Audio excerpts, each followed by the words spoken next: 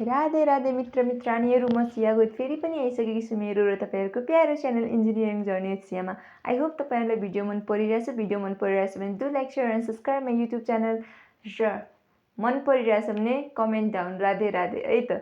अब धेरै time West नगरी म भिडियो स्टार्ट गर्दैछु। भिडियो स्टार्ट गर्नुभन्दा पहिला म यो भन्न चाहन्छु, योभन्दा पहिला मैले यसको थ्योरी पोर्सन सानो सानो एकदमै 3 मिनट 4 मिनट 5 मिनटको भिडियोहरू बनाएर हालेको छ। त्यो चाहिँ हेरेर मात्र यहाँ आउनु होला अनि मात्र कन्सेप्ट क्लियर हुन्छ। योभन्दा पहिलाको जुन भिडियो छ त्योमा मैले चाहिँ केही न्युमेरिकल सोल्भ हुने मूल मन्त्रहरू दिएको छ, त्योहरू चाहिँ हेरेर मात्र यहाँ आउनु होला, नभए बुझ्न अलि गाह्रो हुन्छ। म यहाँ चाहिँ अहिले स्टेप काट्छु है त।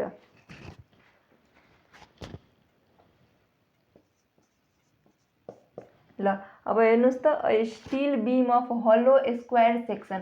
हलो स्क्वायर कस्तो छ? हलो स्क्वायर। ल हलो स्क्वायर बनाऊँ त हामी पहिला। ल हलो स्क्वायर सेक्सन बनाइसक्यो हो। अब के भनेको छ, कति छ त? 60 mm outer and 50 mm inner. ल 60 mm बाहिरको र भित्रको कति छ? 50 mm। यो पनि 60 mm हुने भयो। अब त्यसपछि के छ त?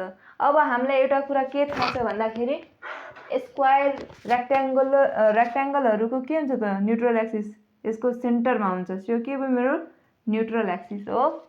अब हामीलाई के थाहा छ एउटा कुरा अझै, यसको चाहिँ वाइ म्याक्स के हुन्छ त?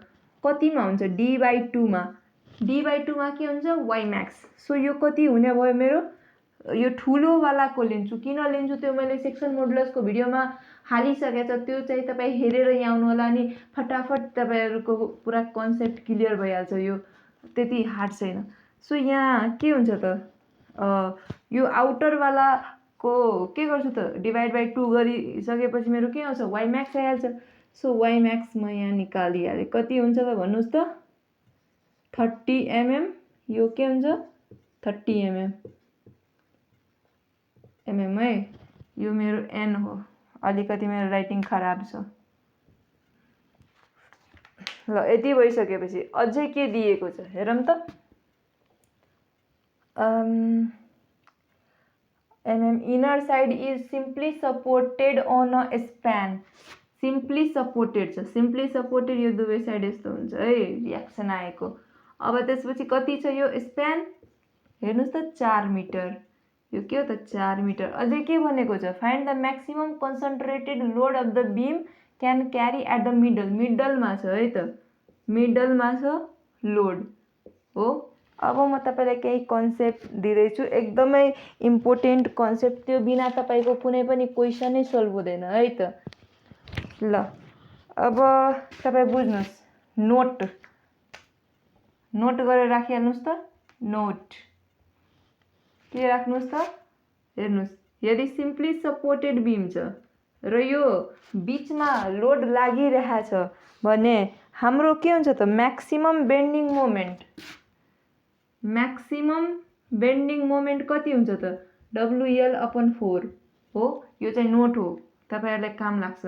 त्यसपछि यो सिम्पली सपोर्टेड लोड छ हो, र केही बीचमा यो कन्सन्ट्रेटेड लोड छ, साइडतिर कतै छ भने के हुन्छ त? म्याक्सिमम बेन्डिङ मोमेन्ट बराबर PAB/A+B।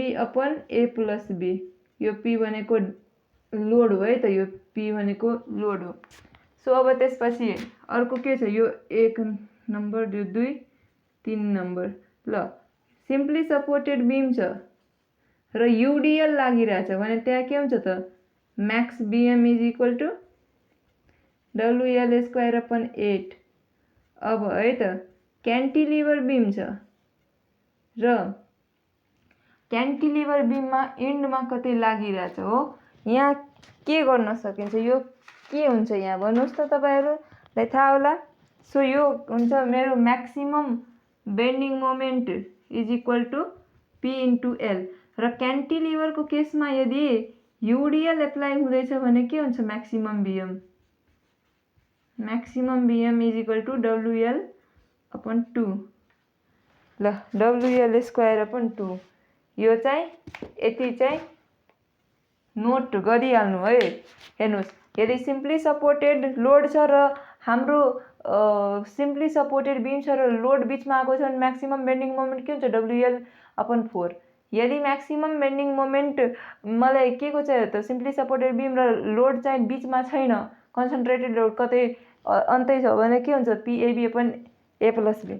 यो सिम्पली सपोर्टेड बीम छ र UDL लागिरहेछ भने म्याक्सिमम बेन्डिङ मोमेन्ट हाम्रो के हुन्छ WL/8। र यो क्यान्टिलिभरको केसमा म्याक्सिमम बेन्डिङ मोमेन्ट के हुन्छ त P/L र हाम्रो यो के छ त क्यान्टिलिभरमा UDL लागिरहेछ भने WL²/2। यो कुरा तपाईहरु मरिगए पनि नबिर्सिनु है त। अब अगाडि आउनुस्, यहीमा अब यसैको इर्दगिर्द सबै क्वेसन सोल्भ गर्छु।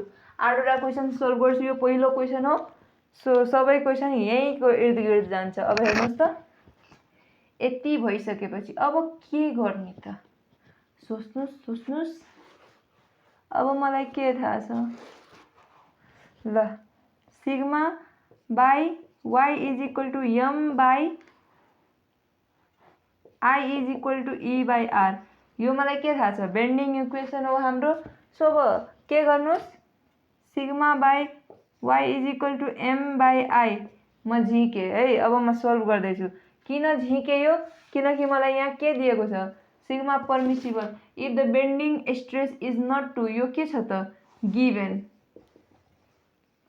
Sigma permissible is equal to 120 Nm/mm² है। सो अब हेर्नुस् त, यो सिग्मा कति छ 120 र यो y कति छ भन्नुस् त 30 हो, y म्याक्स। अनि यो मलाई थाहा छैन अहिले। र I कति छ, अब फर्मुला यादै होला तपाईहरुलाई, कति छ यो हलोको कति हुन्छ भन्नुस् त BD³/12। यो ठुलो BD³/12 माइनस BD³/12 हो। अब यसलाई सोल्भ गरौँ त, 3 4 जा 12। ल यो 4 = m/b कति अरे 60 × 60 को क्युब/12 माइनस यो कति छ 50 × 50 को क्युब/12। ल यसलाई सोल्भ गर्नुस् त फास्ट कति आउँछ। क्याल्कुलेटर मेरो कहाँ गयो।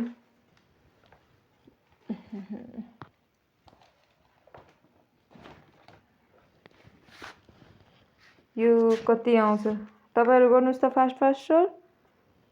m =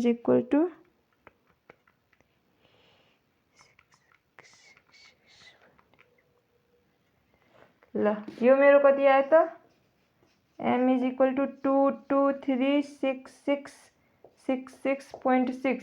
यसलाई भन्छु म न्युटन mm है त। युनिट चाहिँ ख्याल गर्नु होला है, युनिटलाई कदाचित पनि नबिर्सिनु। ल मेरो m = यति आयो। अब मलाई के थाहा छ, सिम्पली सपोर्टेड बीम छ र यो कन्सन्ट्रेटेड लोड छ, कहाँ लागिरहेछ बिचमा। सो मेरो यो केसमा गयो। सो म के लेख्न सक्छु, mmax = लेख्न सक्छु यहाँ WL/4। सो W कति छ थाहा छैन, निकाल्नु छ। लेन्थ कति छ 4 मिटरमा छ, मलाई mm मा लानु छ। के गर्छु 10³ र 4। अब यता कति छ मेरो म्याक्सिमम बेन्डिङ मोमेन्ट यहाँ आएको छ और 2236666.6 = W × 10⁻³ यो 4 4 च्वाट कटली। सो अब कति आउँछ त /10⁻³। यो मेरो आयो W = 2236.67 न्युटन है त। यति नै के भयो त मेरो आन्सर। आई होप तपाईहरुलाई भिडियो मन परेछ। भिडियो मन परेछ भने like, share and subscribe my YouTube channel. Thank you, bye bye, take care.